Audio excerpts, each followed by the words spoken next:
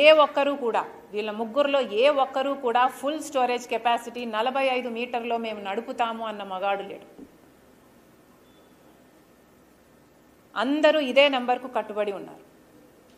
ఇప్పుడు Polavaram project BJP party మనకు మోసం చేయడానికి ఇంతగా కుదిస్తే మినిమం స్టోరేజ్ కెపాసిటీలో ఈ ప్రాజెక్టుకు ఇన్ని వేల కోట్లు పోసి కట్టినా కూడా దీని పర్పస్ తీరదు, సాల్వ్ కాదు. ఇది ఆంధ్ర రాష్ట్రానికి వరం కాదు. ఎట్లా చంద్రబాబు గారు జస్టిఫై చేసుకుంటారో చేసుకోండి. మీరు బీజేపీ పార్టీకి ఒప్పుకొని కేంద్ర బడ్జెట్లో ప్రవేశపెడితే మీ ఒక్కటి కూడా మాట్లాడలేదు. మినిమం స్టోరేజ్ లెవెల్ 41 మీటర్స్కి ఈ ప్రాజెక్టు కడతాము అని మీరు ఒప్పుకున్నారు.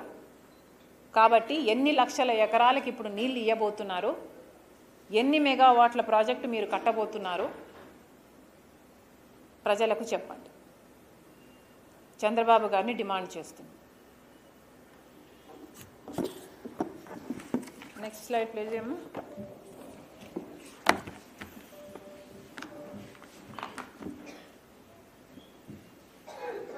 సో ఎందుకు కుదించారు అంటే ఈ ప్రాజెక్ట్ హైటు బీజేపీ పార్టీ ఎందుకు కుదించిందో కూడా ఒక్క మాట ఎక్స్ప్లెయిన్ చేస్తాను నేను. కుదించడానికి కారణం ఏమిటి అంటే ఇది 45 meters full capacity, full storage కెపాసిటీలో గనక ఈ ప్రాజెక్ట్ రన్ అయితే ఎక్కువ మంది ఫ్యామిలీస్కి రీహాబ్ క్రియేట్ చేయాలి. R&R ప్యాకేజెస్ ఎక్కువ మంది ఫ్యామిలీస్కి ఇవ్వాల్సి ఉంటుంది. అంటే కాస్ట్ అంత ఎక్కువ అవుతుంది. చంద్రబాబు గారు ఇంతకుముందు నేను చెప్పాను, చంద్రబాబు గారు 2017లో ప్రాజెక్ట్ అంచనాలు రాజశేఖర రెడ్డి గారు వెళ్ళిపోయిన తర్వాత ప్రాజెక్ట్ అంచనాలను పెంచి 55,000 కోట్ల ప్రాజెక్టుగా దీన్ని తేల్చారు. ఈ 55,000 కోట్లకు గాను 33,000 కోట్ల రూపాయలు R&R ప్యాకేజీ.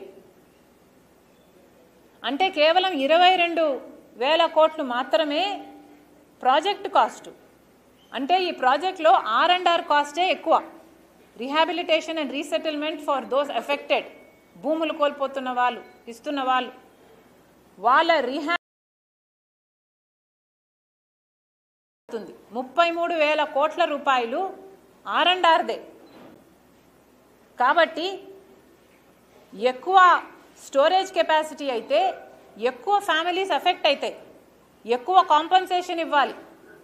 అదే ప్రాజెక్టు వాటర్ స్టోరేజ్ లెవెల్ని తగ్గిస్తే అన్ని ఫ్యామిలీస్ ఎఫెక్ట్ కావు, R&R ఇవ్వాల్సిన కుటుంబాలు తక్కువ అవుతాయి. సో కేంద్ర ప్రభుత్వం మీద భారం తక్కువ పడుతుంది, మేము అంత డబ్బు ఇవ్వాల్సిన పని లేదు అని బీజేపీ ఆలోచన. ఇక్కడ చూస్తే ఆ 9th లైన్ చూస్తే హైలైట్ చేసింది total number of affected families 41 మీటర్స్లో ప్రాజెక్టు కడితే 20,000 కుటుంబాలు, అబవ్ 41 మీటర్స్ అంటే 45 మీటర్స్ స్టోరేజ్ కెపాసిటీలో ప్రాజెక్టు నడిపితే 85,000 కుటుంబాలు, టోటల్ 1,06,000 ఫ్యామిలీస్. సో ఈ సెకండ్ లైన్ ఉందే అబవ్ 41 అన్నది, అంటే అది 45. ఈ 85,000 కుటుంబాలను తగ్గించడానికి మేము అంతే కడతాము అంటున్నారు.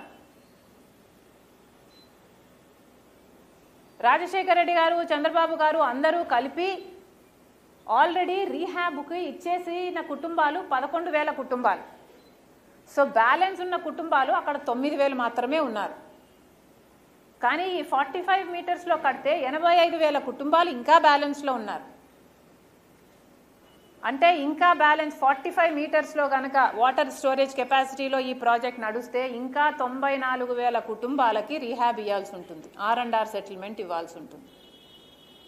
ఈ 85,000 కుటుంబాలను తప్పించుకోవడానికే వీళ్ళందరూ కలిపి ప్రాజెక్టును కూనీ చేస్తున్నారు. సో వీళ్ళ లాజిక్ ఏమిటి? ఈ 85,000 కుటుంబాలకి ఇవ్వాల్సిన పని లేదు అన్నది. కానీ వాస్తవంగా అక్కడ ఏం జరుగుతుందంటే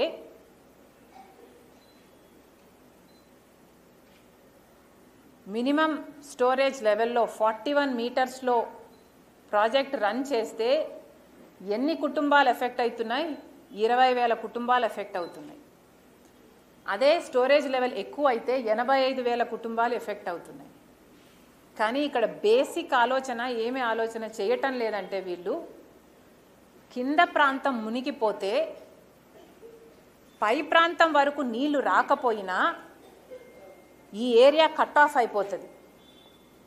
ఈ ఏరియా కట్ ఆఫ్ అయిపోతే ఈ పై ప్రాంతంలో ఉన్న ప్రజలు